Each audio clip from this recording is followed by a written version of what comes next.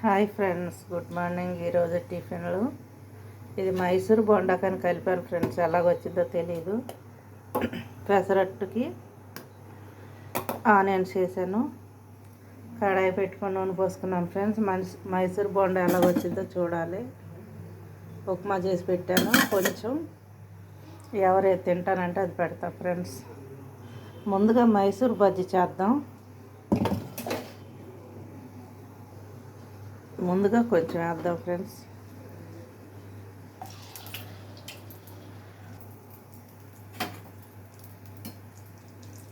నూనె కాగింది ఫ్రెండ్స్, తీసేద్దాం.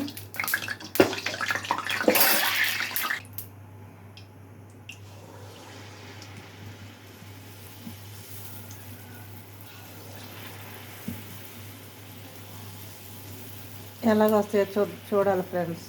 బయట 40-50 రూపాయలు అమ్ముతున్నారు టిఫిన్, ఏం తిందామన్నా. అందుకే ఇంట్లో ట్రై చేస్తున్నాను ఫ్రెండ్స్.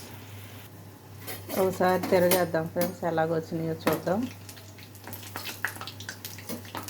అన్నీ పర్ఫెక్ట్గా రెస్టారెంట్లో లాగా రావాలంటే రావు.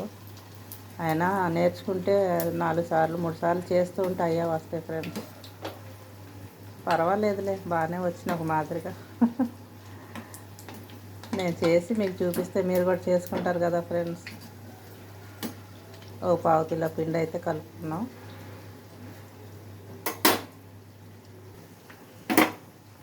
మైసూర్ బోండా అయితే వేసాను ఫ్రెండ్స్. ఎలాగైనా కొంచెం పర్వాలేదు, బాగానే వచ్చినాయి.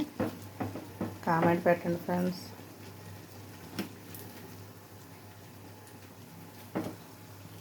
అదిగోండి ఫ్రెండ్స్, ఫస్ట్ వేసినాయి, ఈ సెకండ్ వేసినాయి. మైసూర్ బోండా అయితే అయిపోయింది. ఇంకా పెసరట్టు ఉప్మా పెడతాను. ఇప్పుడు పెసరట్టు వేస్తున్నాను ఫ్రెండ్స్.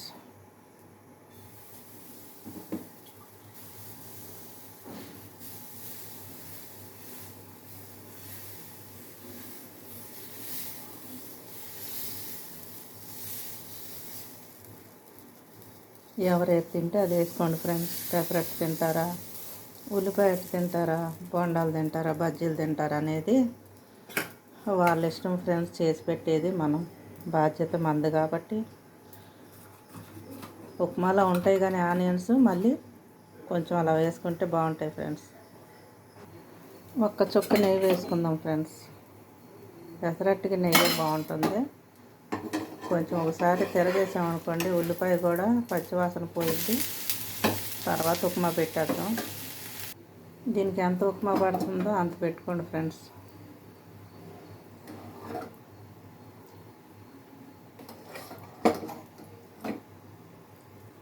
ఎంత తింటారో దాన్ని బట్టి వేసుకోండి. దీన్ని సర్వ్ చేసేయటమే. మొత్తం సర్వ్ చేసి మడతేసేయటం ఫ్రెండ్స్.